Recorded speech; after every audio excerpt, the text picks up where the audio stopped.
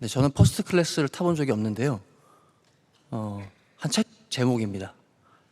퍼스트 클래스 승객을 자세히 관찰했던 그 비행기의 승무원이 책을 하나 썼는데 그 책 제목이 이거죠.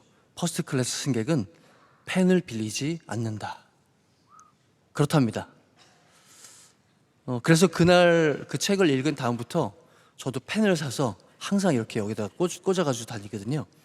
퍼스트 클래스 승객은 아니지만 그래도 뭔가 준비를 하면, 지난번에 담임 목사님께서 작은 습관 하나를, 아침에 일어나서 이불 개는 습관 하나를 몸에 탁 갖추셨다고 했잖아요.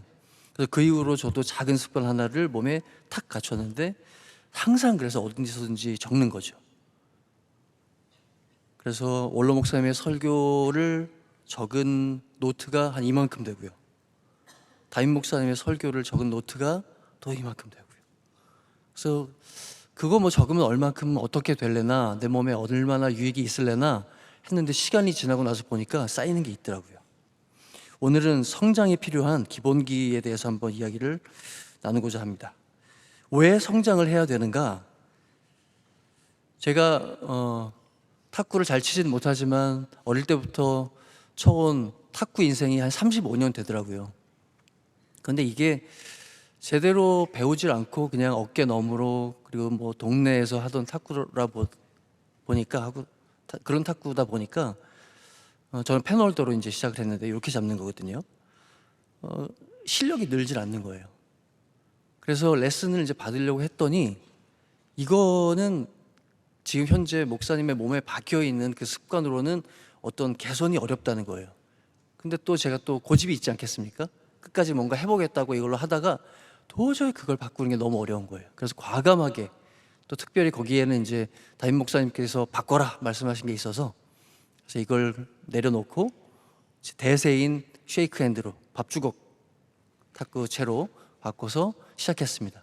근데 탁구를 쳐보시는 분들은 알겠지만 이 바꾼다는 게 보통 어려운 일이 아니거든요. 근데 그것을 바꿔서 마음을 크게 잡지 않고 그냥 조금씩 한번 해보겠다. 결정적인 또 이유 중에 하나는 늘지를 않으니까, 성장이 없으니까 재미가 없는 거예요. 교회 생활 어떠십니까? 교회 생활 재미있으십니까? 근데 뭐 재미 가지고 교회 생활, 신앙생활 하는 건 아니겠지만 하나님께서 우리에게 주시는 그 기쁨이 없다면 교회 생활 하는데 어떤 날마다 뭔가 이렇게 좀 나아지고 폭이 넓어지고 깊어지는 그런 신앙 생활의 성장이 없으면 신앙 생활 하기가 쉽지가 않습니다. 네. 그렇게 하여튼 탁구 라켓을 바꾼 다음에 놀랍게도 안 될 것만 같았던 그런 것들이 하나 둘씩 몸에 이제 쌓이기 시작하면서 뭔가 늘기 시작하는 거죠. 옛날에는 아무리 어느 정도 뭐 친다고 그래도 더 이상 되는 것도 없고 더 할 수 있는 것도 없고, 그냥 늘 그런 케이스에서는 이렇게밖에는, 그냥 딱 틀에 고정된 그런 어떤 운동을 할 수밖에 없었는데, 바꾸고 나서 보니까 하나하나 점점 나아지는 그런 일들이 생겼다는 거죠. 성장하면 이어갈 수 있습니다. 성장해야 이어갈 수 있습니다. 뭐로 가도 서울만 가면 된다? 한 번 갈 거라면 상관이 없지만 계속 가고 계속 뭔가를 해야 된다면 문제가 생기죠. 다음번에 또 어떻게 하시겠습니까? 꽝 잡는 게 매다, 이기면 장땡이지. 아니요. 또 잡을 수가 없더라고요. 계속 승리할 수가 없더라고요. 성장하지 않으면 거기서 끝납니다. 그런 성장은 그래서 굉장히 무겁습니다. 지난번에 원로 목사님께서도 한번 말씀하셨던 UFC, 종종 말씀하시죠. 최근에 그 UFC 챔피언 중에 한 사람이 한국에 방한을 했어요. 근데 대접이 정말 본인도 몰랐을 텐데 연예인급으로 그냥 공항에서부터 난리가 났습니다. 으쌰 하는데 본인도 놀래가지고 그런 일들이 있었는데, 무게가 힘이죠. 키가 크고 팔다리가 길다고 긴 사람, 짧은 사람, 키 큰 사람, 작은 사람, 그렇게 체급을 나누는 게 아닙니다. 이 종합격투기라는 게 무식해 보이지만 아무리 무식해 보여도 체급을 나눠서 싸웁니다. 팔다리가 키 크니 그것이 체급을 나누는 그 클래스를 나누는 기준이 되는 게 아니라 무게라는 거죠. 무게가 다르면 힘이 다릅니다. 무제한급이 아닌 이상 무게가 다르면 싸움이 아예 될 수가 없죠. 무게는 한계를 말합니다. 그러면 영적 싸움의 한계가 있을까요? 영적 싸움의 대상은 누굴까요? 세상 UFC는 세상 싸움은 그래도 나름 그 안에서 공정함을 주기 위해서 체급을 나누지만 영적 싸움에는 체급이 없습니다. 마귀는 노인이라고 우대하고 어린아이라고 좀 봐주고 좀 그래도 명의가 있으시니까 좀 내두고 또 밑에 핫발이니까 좀 혹하게 다루고 아니요. 그런 게 없습니다. 오히려 올라가면 올라간 만큼 쌓인 게 있으면 있는 만큼 시험을 더 당하죠. 네, 연세 드신 분들 우대 없습니다. 마귀는 절대로 그렇게 내버려 두는 것이 아닙니다. 비교하게 만들고 시기 질투하고 낙심 절망에까지 이르게 만드는 것이 그게 바로 우리의 대적인 마귀와의 싸움인 것이죠. 어떻게 해야 그러면 이 무거운 성장을 이룰 수가 있을까? 그래서 여기서 아까 제가 처음 말씀드린 기본기의 문제죠. 얼핏 보고 이렇게 저렇게 시작하는 건 누구라도 할 수 있습니다. 그러나 그 시작이 철저한 어떤 길을 걸어가는 데 있어 기본이 되는 그 기본기가 아니라고 하면 한계가 금방 드러나게 돼 있죠. 더 나아가서는 다음 단계로 나아갈 수가 없습니다. 오늘 본문 말씀에 믿음의 덕을, 덕의 지식을, 지식의 절제를, 절제의 인내를, 인내의 경건을, 경건의 형제우애를, 형제우애의 사랑을 공급하면서 계속 자라가라, 성장하라고 말씀하고 있는데 오늘 성경은 베드로 말씀입니다. 놀랍지 않으십니까? 베드로가 처음 어떻게 예수님을 따라가게 됐는지 한번 생각해 보면 베드로는 아주 다혈질의 사람입니다. 그냥 예수님이라면 자기 인생을 바칠 뭔가 하나 잡히면 그것으로 끝장을 보는 인생인데 그렇게 으쌰 들어갔다가 안 되면 결국 그 끝은 예수님 모른다고 얘기하고 그냥 그렇게 빠져나오는 사람이죠. 어떻게 보면 굉장히 순수하고 단순합니다. 아무것도 복잡할 게 없습니다. 그러다 보니까 예수님이 데리고 다니시면서 뭔가를 맡기시고 시키시고 행동대장처럼 그런 일들은 가능할지 모르겠지만 이제 예수님 이후에 이 일들을, 이 복잡한 일들을 어떻게 맡아서 감당할 것인가 위임하기가 너무 어려운 거죠. 자라가기를 원하셨습니다. 하나님께서 예수님을 통해서 이 땅에 성령을 주시겠다고 예수님 가시면 성령 약속해 주신 것처럼 그렇게 하나하나 매뉴얼을 알려주신 대로 베드로는 실패했지만 그 자리에서 낙심하거나 좌절하지 않고 예수님이 베드로야 부르시면 또 기꺼이 달려갔습니다. 그렇게 사실 낯짝이 얼마나 두꺼운지 얼마나 부끄러울지 그냥 저 같으면 도망쳐 버렸으면 부끄러워서 다시 예수님 불러도 못 갈 것 같은데 베드로는 그런 거 상관하지 않았습니다. 주님이시다 하면 그냥 여전히 예전. 그런데 이제 약간은 뭔가 무기가 생긴 듯한 모습으로 주님께 또 배에서 뛰어내려서 주님께 또 달려가는 거죠. 주님께서 또 하시는 말씀 듣고 너 나 사랑하냐? 주님이 우리에게 많은 말씀을 하셨지만 질문하신 내용은 딱 두 가지입니다. 너 나 믿냐? 고칠 때 세상 같으면 당신 돈 있습니까? 당신 백 있습니까? 당신 누구 소개받아서 누가 소개해서 여기 오셨습니까? 그런 거 묻을 텐데 예약하셨습니까? 근데 예수님이 그런 거 묻지 않으시고요. 근데 전혀 쓸데없는, 전혀 상관이 없는 것 같은 너 믿음이 있냐? 그래서 그 말을 꼭 들으시길. 예수님의 치료비, 예수님의 진료비는 믿음이었죠. 아무것 가진 것 없어도 주님 나 믿습니다. 주님이 나 고쳐주실 줄, 주님이 나 다시 일어나게 하실 줄로 믿습니다.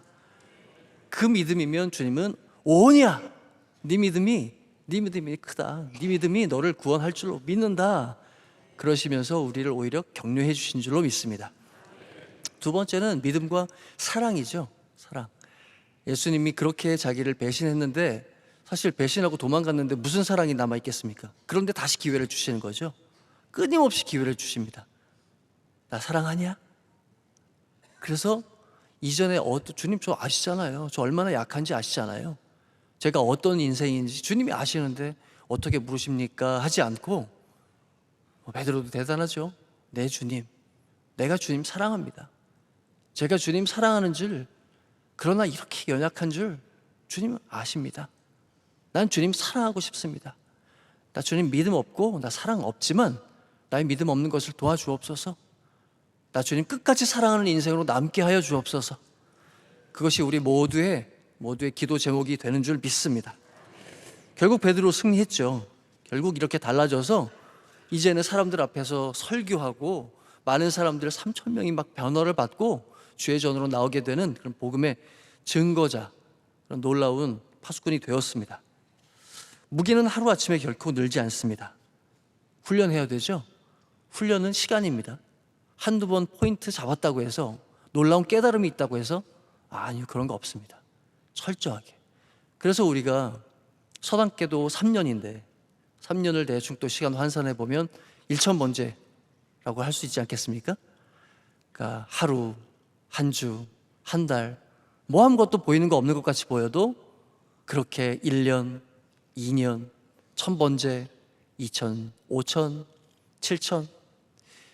저도 사실 그렇게 세면서 1,000번째 헌금 드리면서 제가 세보기로는 한 3,500번까지는 한 것 같습니다. 그게 이제 전도사 사역 시작되면서 막 바쁘다 보니까 이렇게 넘버링하고 하는 게 어느 날 갑자기 다 사라지더라고요. 그 전까지는 고민이 뭐였냐면, 야, 나 이거 5,000번까지 이거 내가 어떻게 하지? 내가 10,000번까지 하면 어떻게 되지? 다 쓸데없는 걱정이더라고요.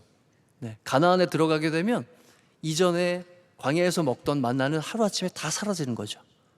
또 그곳 높은 레벨로 가게 되면 그곳에서 내게 맞춰서 준비하신, 예비하신 하나님의 양식이 있는 줄로 믿습니다.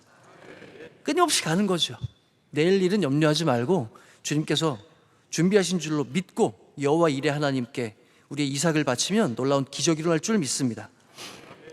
자, 그러면 성장은 무게라고 말씀을 드렸는데, 또 기술, 그걸 늘려야 된다고 말씀을 드렸는데, 이 영적 맷집, 이 무게를 늘리기 위해서 어떻게 해야 될 것인가? 실전입니다. 현장에 대해서 담임 목사님 말씀을 주셨잖아요.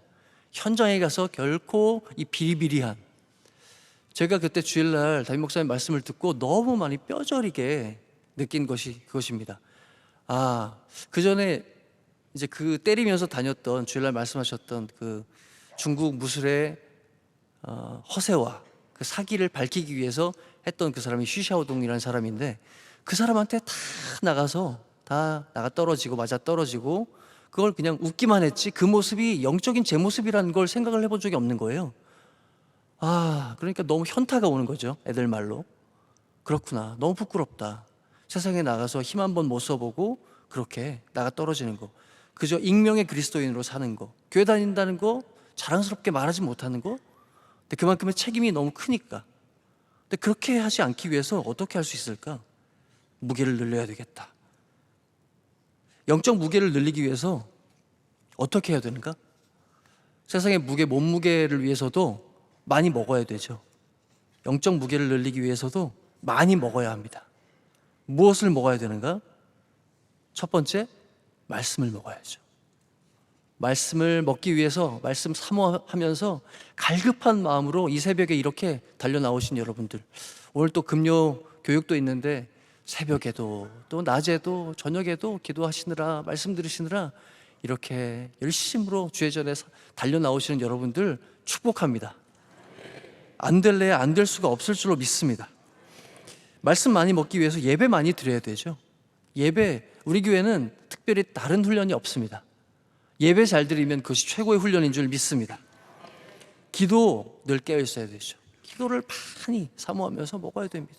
기도 바깥에서 요즘에 노래하는 친구들, 또 랩하는 친구들, 그냥 아무 얘기나 막 주절주절이 하는 것 같지만 그것을 위해서 얼마나 노트에 적고 그것을 연습하고 그것을 입에 붙이느라고, 그 말은 단순하게 반복되는 게 아니라 이야기가 아주 장편 소설입니다.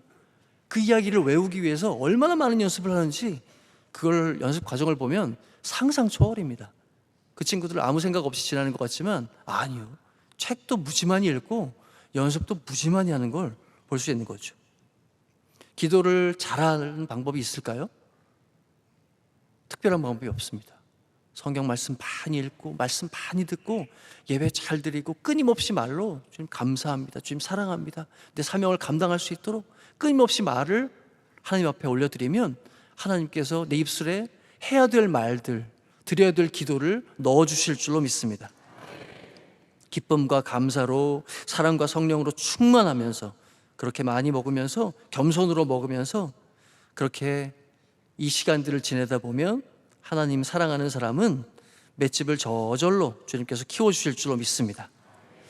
마지막으로 이야기 하나 드리고 마치도록 합니다. 미군 해군사관학교 졸업 예정인 생도들 행사가 하나 있는데, 이제 마칠 때 그 행사를 꼭 한다고 해요. 이른바 셀렉션 나이트라고 합니다. 지금 외국의 프로스포츠 선수들 뽑을 때 하는 그런 드래프트 행사 같은 거예요. 시험을 그래서 잘 보려고 애씁니다. 그래야지 좋은 배를 선택할 수가 있기 때문이죠. 열심히 공부하고 노력해서 드디어 내가 앞으로 이제 지내게 될 그 4년간의 그 생활, 육지에서 생활과 다르기 때문에 배에 틀어박혀서 계속 지내야 되니까 정말 좋은 배를 고르지 못하면 그냥 생고생을 하는 거죠. 성적순으로 나와서 수백 개의 배 중에 자기의 근무할 그 배를 선택을 하는데 제일 인기가 있는 배는 스페인 배와 일본 배래요. 거기서 대우가 좋답니다. 그리고 막 기념 어떤 검 같은 거, 장교에게 주는 선물 검 같은 것도 준비해가지고 주기도 하고, 그래서 자부심이 있는 거죠. 1등이 배를 선택하고 2등이 배를 선택하고 점점 줄어듭니다. 마지막에 남은 배는 가장 인기 없는 근무지, 그런 배인 거죠. 해병대원들과 함께 굴러야 되는 그런 작은 배, 아주 그냥 임무도 너무 빡세고 꼬물배고 해병대원들과 같이 굴러야 되는 그런 배. 그런데 이제 작년 기준이에요. 작년에 이 행사 셀렉션 나이트에서 전체 1등을 여자 생도가 했습니다. 대단하죠. 장교 1등이 여자인 거예요. 근데 그 생도가 선택한 배가 어떤 배일까? 바로 이 꼬물배를 선택을 한 거죠. 1등이 가장 안 좋은 배를 선택을 합니다. 왜 그랬을까요? 거기 기념사진이 딱 찍혀 있었는데 그 배에 아버지가 근무하고 있었습니다. 어떻게 하면 그 아버지는 그 딸을 그렇게 기를 수 있었을까요? 실력도 최고고 나라를 지키면 사실 가장 힘들고 험한 곳으로 가야 되는 게 정말 당연한 일인데 우리 현실은 그렇지 않잖아요. 현장에서는 그저 좀 더 좋으면 그게 좋은 게 아니겠어요? 그런데 아버지의 길을 따라가는 거죠. 난 괜찮아. 나 고난, 어려움, 멋없는 거 괜찮아. 나 아빠 따라갈래. 오늘 이 자리에 모이신 여러분들 축복합니다. 우리는 믿음의 아버지, 또 우리 영적인 아버지, 우리 원로 목사님께, 또 담임 목사님께 배우면서 훈련받은 사람들입니다. 절대 지치지 않습니다. 멈추지 않습니다. 끝까지 이 어려운 싸움을 담대하게 승리하게 될 줄로 믿습니다. 우리의 자녀들이 이 믿음을, 이 기도를 계승해 나갈 줄로 믿습니다.